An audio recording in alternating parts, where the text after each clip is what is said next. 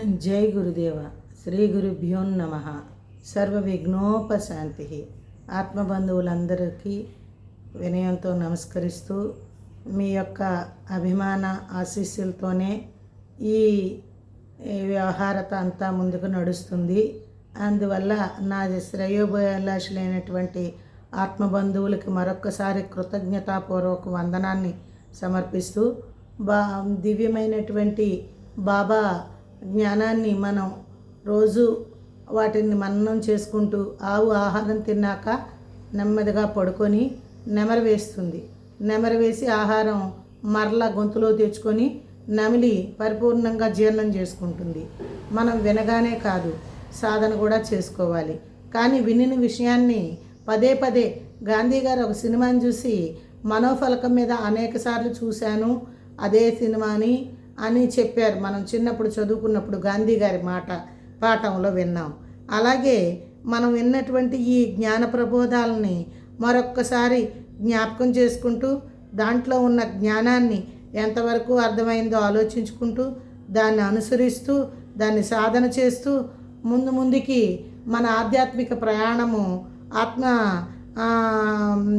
ఆలోచన ఆత్మ అంటే ఏంటి అనే ఆలోచన జ్ఞానాన్ని పెంపొందించుకొని ఆత్మ పరిశీలన చేసుకుంటూ దైవ కార్యక్రమాల యందు పాల్గొంటూ ఉండాలన్నది నా కోరిక. ఈరోజు ఆత్మబంధువుల దగ్గర మరొక చిన్న ఆధ్యాత్మిక కథని మీ ముందు ఉంచబోతున్నాను. ఇదేమిటి రోజుకో కథలు చెప్తుంది ఇవిడి చెన్నై సూరిలాగా పంచతంత్ర కథలు అని అనుకోవద్దు. కథల్లో అనేక నీతులు ఉంటాయి. కథ తొందరగా మన మెదడు గుర్తిస్తుంది, జ్ఞాపకం ఉంచుకుంటుంది. ఆ కథలో నీతి మనకి హృదయానికి తాకుతుంది. అందువల్ల కథల ద్వారా మోటివేట్ అవ్వాలనేది సంకల్పంతో చెప్పడమే. ఈరోజు ఒక మానవుడి యొక్క దాన్ని ఏమంటారంటే ఆపద మొక్కుల గురించే భగవంతుడికి మనం మొక్కులుకుంటాం కదా. అజ్ఞాన మానవుడు ఆపద మొక్కు అనేది కథ గురించి తెలుసుకుందాం. ఒకానొక సందర్భంలో ఒక మానవుడికి తెలియని తట్టుకోలేనటువంటి కష్టం వచ్చింది. ఆ కష్టం తట్టుకోలేకపోతున్నాడు. ఆ కష్టం నుంచి దాటించడానికి పరమాత్మ సహాయం చేయాలి. మనందరం కూడా ఈ విధి విధానాన్ని నాతో సహా తెలియనప్పుడు నేను కూడా భగవంతుడికి నాయన ఈ బాధ తీరితే నీకు అది చెల్లిస్తా ఇది చెల్లిస్తా. ఇప్పటికి కూడా చాలామంది ఉంటారు నిలువు దోపిడీ అని, లేకపోతే వ్యాపార బాణీ లేక భగవంతుడితో లాలూచీలు ఈ పని అయిపోతే నీకు అంత రుసుమే అది ఒక రకంగా ఇస్తాము అని. భగవంతుడిని మనం అలా కాదు వేడుకోవాల్సింది. మన యొక్క జన్మజన్మల నుంచి వచ్చిన కర్మల్ని మనం అనుభవిస్తున్నప్పుడు ఆయన యొక్క కరుణ కటాక్షముతో మనకి అనుభవించే సత్తా, ధైర్యము, ఆ శక్తి రావాలి. దాన్ని ఓర్చుకొని ఈ కర్మ నాదే, ఏ జన్మలోనో చేశాను అని ప్రాయశ్చిత్త ప్రార్థన పశ్చాత్తాపంతో భగవంతుడిని వేడుకోవాలి.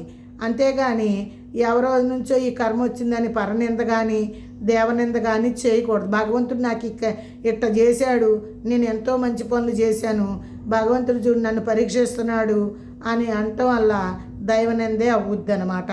అలాంటి కష్టకాలంలో అది మనదై మనకు వచ్చింది, ఏ జన్మలో ఏం చేశామో అనే భావంతో భగవంతుడా తెలిసి కానీ తెలియక కానీ గత జన్మల్లో చేసిన పాపకర్మ వ్యాధి రూపంలో కానీ కష్ట రూపంలో కానీ వచ్చింది నాయన, నాకు వాటన్నిటినీ తట్టుకునే శక్తి నీ కరుణ కటాక్షాలని నాపై ఉంచి నాకు ఓర్పు సహనం ప్రసాదించిన ఆయన అని ప్రాయశ్చిత్తం చేసుకుంటూ భగవన్నామం. ప్రాయశ్చిత్తం అంటే ఎక్కువ చింతన, భగవంతుడినే స్మరించటం వల్ల ఆ కష్టం తగ్గింపబడుతుంది.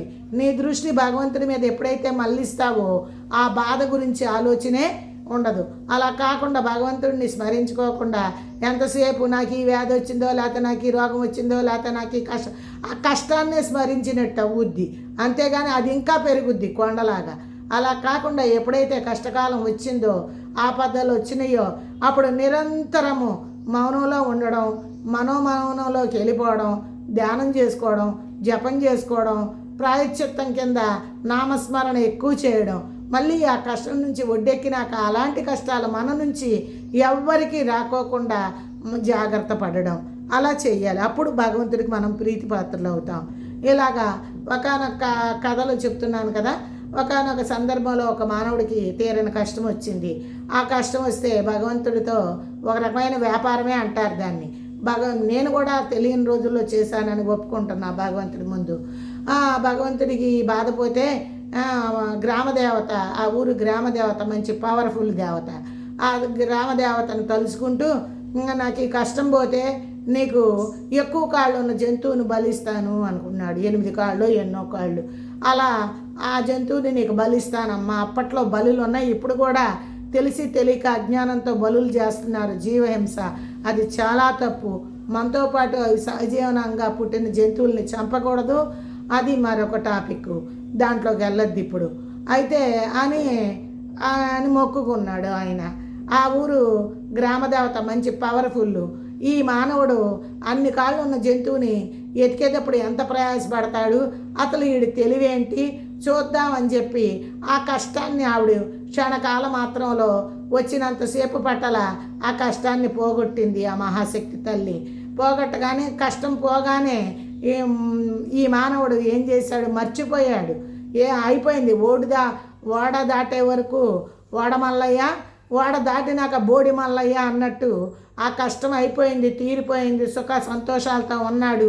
దేవుడికి మొక్కుకున్నటువంటి ఆ మొక్కును కూడా మర్చిపోయాడు. రోజులు, నెలలు, సంవత్సరాలు గడిచిపోతున్నాయి.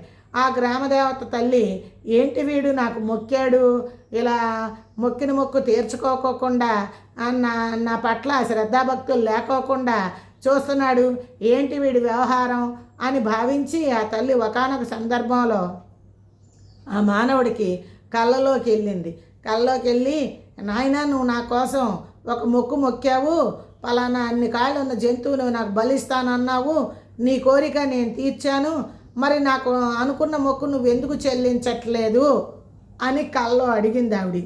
ఆ కళ్ళలోంచి దిగ్గులు లేచి, అమ్మో అమ్మవారు నాకు కళ్ళలోకి వచ్చింది, నిజంగానే మర్చిపోయాను, రేపు తెల్లవారితే అమ్మవారికి వెళ్ళిపోయి ఆ మొక్కు తీర్చేయాలి అని వెంటనే సంకల్పం చేసుకొని తెల్లారేసరికి ఆ తల్లి వేకుజాము నుంచి చూస్తూనే ఉంది. వీడి సంకల్పాలను గ్రహిస్తూనే ఉంది. వీడు ఏం చేస్తాడా దినచర్య అని చూస్తూ ఎలా వస్తాడు, ఏం చేస్తాడు అనేది ఆవిడ అలా కళ్ళతో చూసినట్టుగా చూస్తుంది.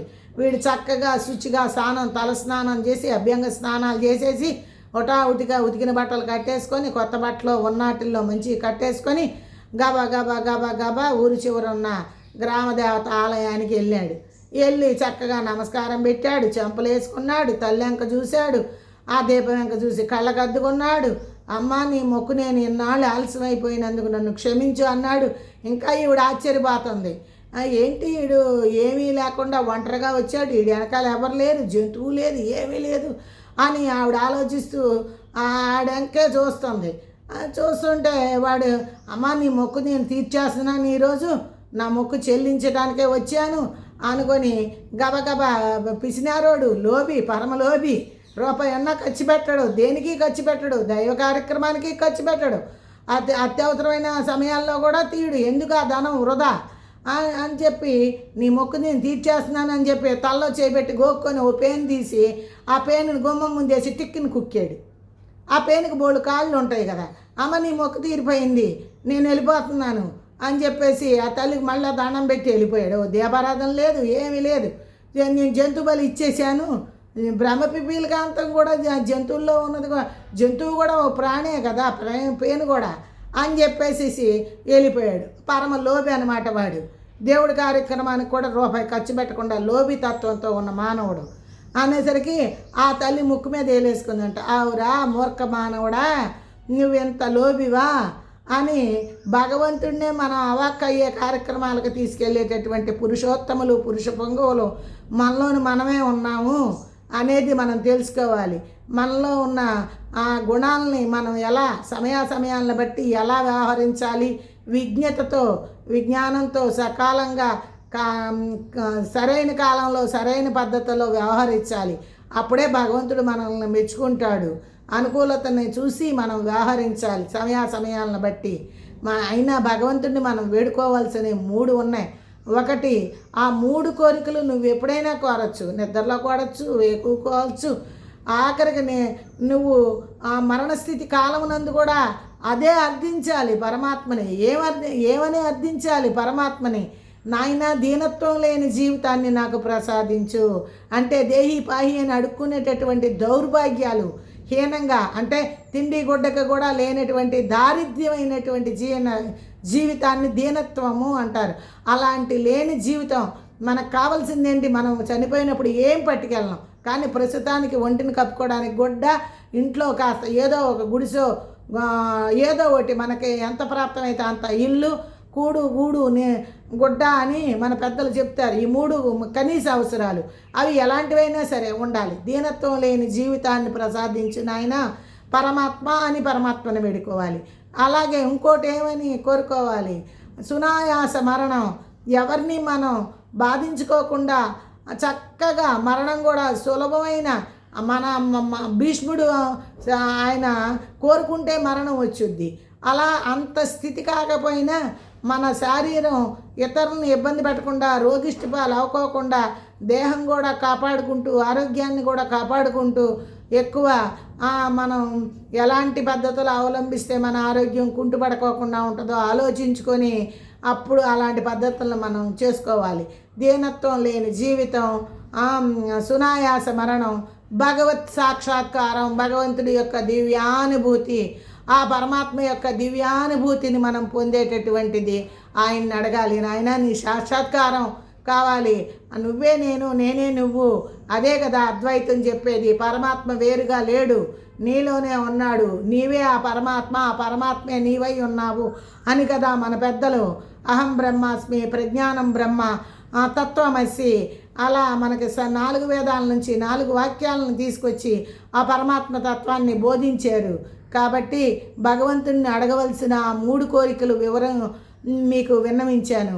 1, దీనత్వం లేని జీవితము, 2, సునాయాస మరణము, 3, భగవత్ సాక్షాత్కారము.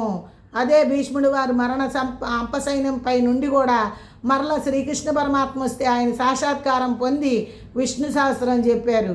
అలాగే ధృతరాష్ట్రుడికి కురుక్షేత్రం జరగబోయే ముందు శ్రీకృష్ణ పరమాత్మ ఆయన వర్తమానం తీసుకెళ్ళి కౌరవ సభలో చెప్తున్నప్పుడు ఆయనకి విశ్వరూప సందర్శనం చేశారు.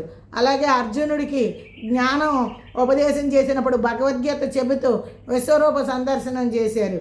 ఇవన్నీ సత్యమైన కథలు.